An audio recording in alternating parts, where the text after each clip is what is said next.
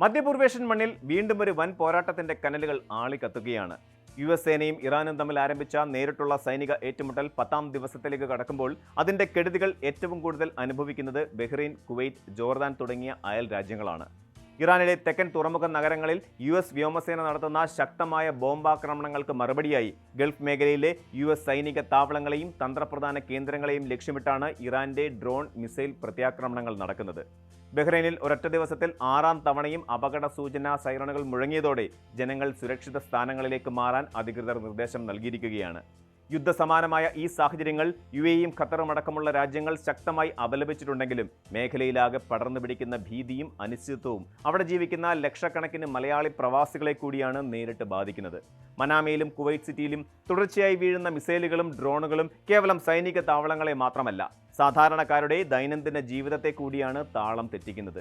ബഹ്റൈനിലെ US സൈനിക കേന്ദ്രങ്ങൾക്കും താമസ സ്ഥലങ്ങൾക്കും പുറമെ ആമസോൺ ഡേറ്റാ സെന്ററിന് നേരെയും ആക്രമണമുണ്ടായതായി ഇറാൻ അവകാശപ്പെട്ടു. കുവൈറ്റിലാകട്ടെ കഴിഞ്ഞ 4 ദിവസമായി തുടരുന്ന മിസൈൽ വർഷത്തിൽ പ്രധാന വൈദ്യുതി നിലയങ്ങൾക്കും കുടിവെള്ള ശുദ്ധീകരണ പ്ലാന്റുകൾക്കും തീപിടിക്കുകയും വലിയ രീതിയിലുള്ള നാശനഷ്ടങ്ങൾ സംഭവിക്കുകയും ചെയ്തിട്ടുണ്ട്. പലയിടങ്ങളിലും വൈദ്യുതി ഉൽപ്പാദനവും കുടിവെള്ള വിതരണവും പൂർണ്ണമായും നിലച്ചു. സ്ഥിതിഗതികൾ സങ്കീർണമായതോടെ വൈദ്യുതിയും വെള്ളവും പരമാവധി മിതമായി ഉപയോഗിക്കണമെന്ന് കുവൈറ്റ് മന്ത്രിസഭ പൊതുജനങ്ങളോട് അഭ്യർത്ഥിച്ചു കഴിഞ്ഞു. യുദ്ധമുഖം വിശാലമാകുമ്പോൾ ഗൾഫ് നഗരങ്ങളിൽ ഉയരുന്നത് സാമ്പത്തിക സാമൂഹിക തകർച്ചയുടെ കരിനിഴലാണ്. പ്രത്യക്ഷത്തിൽ ഇത് USഉം ഇറാനും തമ്മിലുള്ള ശക്തി പ്രകടനമായി തോന്നാമെങ്കിലും ഇതിന്റെ ഏറ്റവും വലിയ ദുരന്തഫലം അനുഭവിക്കേണ്ടി വരുന്നത് ഗൾഫ് നാടുകളിൽ ജോലി ചെയ്യുന്ന ലക്ഷക്കണക്കിന് സാധാരണക്കാരായ മലയാളി പ്രവാസികളാണ്. ഗൾഫിലെ ഭൂരിഭാഗം രാജ്യങ്ങളിലെയും തൊഴിൽ മേഖലയെയും പ്രാദേശിക സമ്പദ് വ്യവസ്ഥയെയും താങ്ങി നിർത്തുന്നത് ഏഷ്യൻ വംശജരായ പ്രവാസികളാണ്.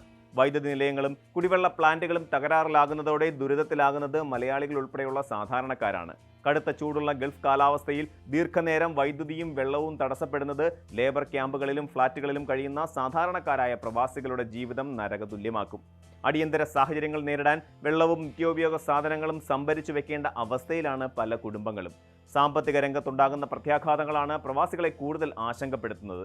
യുദ്ധവും ആക്രമണങ്ങളും ശക്തമാകുന്നതോടെ ആഗോള എണ്ണ വിപണിയിലും സമുദ്ര വ്യാപാര പാതകളിലും വലിയ അസ്ഥിരത രൂപപ്പെടുന്നു. ഇറാൻ തുറമുഖങ്ങളിൽ US നടത്തുന്ന ബോംബാക്രമണങ്ങളിൽ എണ്ണ ടാങ്കറുകൾ കത്തിയെരിയുന്നതും കടലിലെ ഭീതിജനകമായ അന്തരീക്ഷവും ക്രൂഡ് ഓയിൽ വിതരണത്തെ ബാധിച്ചിട്ടുണ്ട്.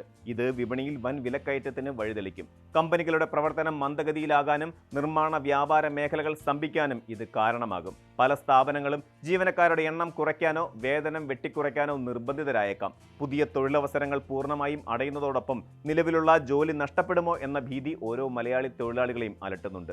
സുരക്ഷാ ഭീഷണിയും വ്യോമ ഗതാഗത തടസ്സങ്ങളുമാണ് പ്രവാസികൾ നേരിടുന്ന മറ്റൊരു വലിയ പ്രതിസന്ധി.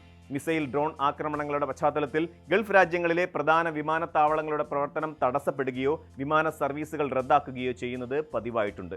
അവധിക്ക് നാട്ടിൽ പോകാൻ കാത്തിരിക്കുന്നവർക്കും അടിയന്തര ആവശ്യങ്ങൾക്കായി നാട്ടിലേക്ക് മടങ്ങേണ്ടവർക്കും ഇത് വലിയ തിരിച്ചടിയാണ്. കൂടാതെ യുദ്ധഭീതി കാരണം വ്യോമപാതകൾ അടയ്ക്കുന്നത് വിമാന ടിക്കറ്റ് നിരക്ക് കുത്തനെ കൂടാനും കാരണമാകുന്നു.